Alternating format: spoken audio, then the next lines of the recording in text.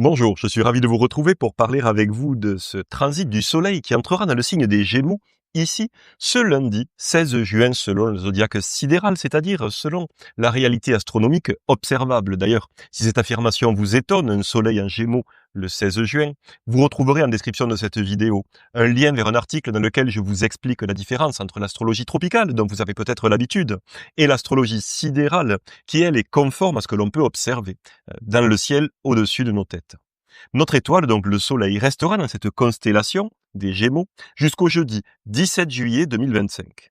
Ce transit du Soleil marque une période durant laquelle l'intellect, la réflexion et le dialogue seront mis à l'honneur. En effet, durant ces quelques semaines, vous ressentirez certainement une envie plus forte d'échanger, de communiquer, de comprendre et même d'apprendre. L'esprit d'analyse sera plus affûté. La curiosité sera éveillée et les activités liées à l'enseignement, à l'écriture, ou même au commerce, seront donc particulièrement favorisées. En effet, le signe des Gémeaux est le domicile de Mercure, ce qui est particulièrement intéressant, puisque Mercure va donc gagner en qualité, en force dans ce transit.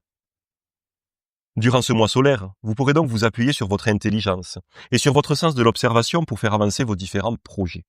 En effet, le Soleil en Gémeaux vous aidera à convaincre, à négocier, à partager vos idées et à transmettre votre savoir, que ce soit à l'oral ou à l'écrit. Ce transit marque donc une période idéale pour vous former, pour apprendre, pour explorer de nouveaux domaines, ou pour entreprendre de petits voyages qui nourriront votre soif de connaissance et de compréhension. Pour autant, cette effervescence mentale, puisque le signe des Gémeaux également est un signe de mode mutable, qui pousse à la multiplication, au changement, à l'adaptation et à l'adaptabilité. Eh bien, ce transit n'est pas sans piège. En effet, le risque de dispersion est bien présent. À force de papillonner d'un sujet à l'autre, vous pourriez céder à la superficialité sans jamais approfondir ce que vous abordez. L'excès de bavardage ou la tendance à vous perdre dans des discussions légères, futiles, pourrait aussi vous faire perdre un temps précieux. Pour tirer le meilleur parti de ce transit, je vous recommande donc de canaliser votre énergie mentale en choisissant vos priorités et en vous concentrant sur ce qui compte vraiment pour vous. Durant ce transit du Soleil dans le signe des Gémeaux, eh bien la période du 16 au 29 juin sera marquée par un carré entre le Soleil, ici, dans le signe des Gémeaux, vous le voyez, donc ici, et Saturne qui se trouve dans le signe des Poissons. Cet aspect dissonant va apporter quelques difficultés. Donc souvent, Saturne, lorsqu'il est en transit dissonant, il apporte des retards, des blocages, voire même des échecs. Surtout si vous vous laissez guider uniquement par votre mental, au détriment de votre intuition et de votre sensibilité, que Saturne, ici, dans le signe des Poissons, eh bien, vous incite à approfondir. Heureusement, à partir du 29 juin et jusqu'au 17 juillet, le Soleil sera libre de tout aspect dissonant, carré ou opposition aux planètes du septénaire, ce qui facilitera alors toutes les activités en lien avec ce transit et dont nous venons de parler. Voyons maintenant comment ce transit solaire impactera les différents signes du zodiaque en fonction de votre propre signe solaire.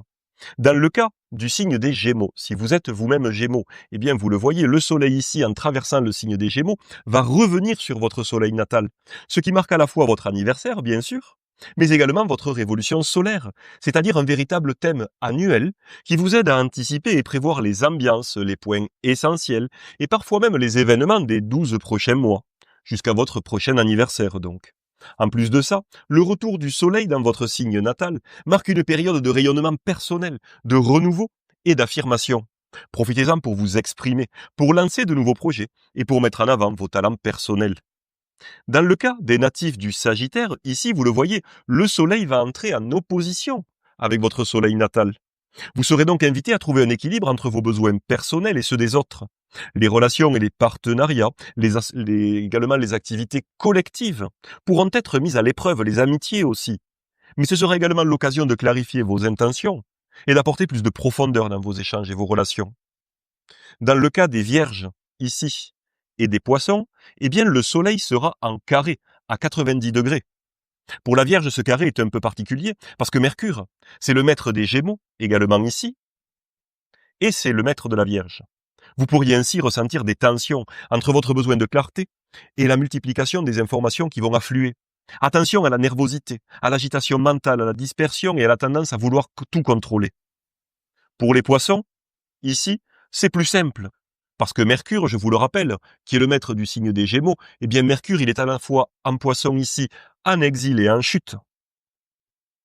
C'est quelque chose qui est important à savoir. Les choses seront donc plus simples car Mercure, dans ce signe dans lequel il n'est vraiment pas à l'aise, voilà pourquoi ce carré pourra donc générer de la confusion ou un sentiment de blocage, à cause d'une tension entre votre mental d'une part et votre sensibilité d'autre part que Saturne ici, d'ailleurs, dans le signe des Poissons, vous incite à approfondir.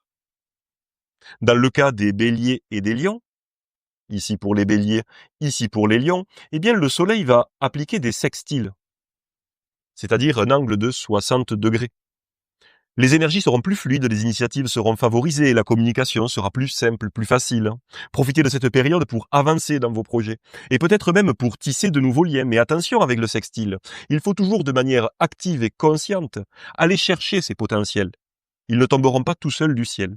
Enfin, dans le cas des balances et des verseaux, si vous êtes vous-même verseau ou balance, eh bien le soleil appliquera dans ce cas un trigone.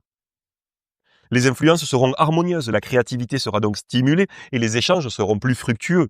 Ce transit marquera donc le moment d'élargir votre cercle de relations, de partager vos idées ou de vous ouvrir à de nouvelles perspectives. Ainsi, quel que soit votre signe, ce transit du soleil dans le signe des Gémeaux vous incitera à cultiver la souplesse mentale, à oser la nouveauté, mais sans négliger la concentration et la profondeur, que ce soit dans vos pensées, vos échanges ou vos connaissances. Accordez-vous donc des moments de calme pour éviter la surcharge mentale et faites confiance à votre intuition pour guider vos choix. Cette période sera donc idéale pour apprendre, pour communiquer et pour tisser des liens enrichissants, à condition, bien sûr, d'éviter le piège de la dispersion et de la superficialité. N'hésitez pas, si vous avez aimé cette petite vidéo, à me mettre un commentaire pour me le dire, à la partager éventuellement. Et puis, on se retrouve sur ma chaîne YouTube, également sur mon site alexandrejoanne.com et dans les newsletters, je vous envoie tous les lundis matins et tous les vendredis matins pour partager avec vous ces informations astrologiques. Je vous dis à très bientôt. Bye.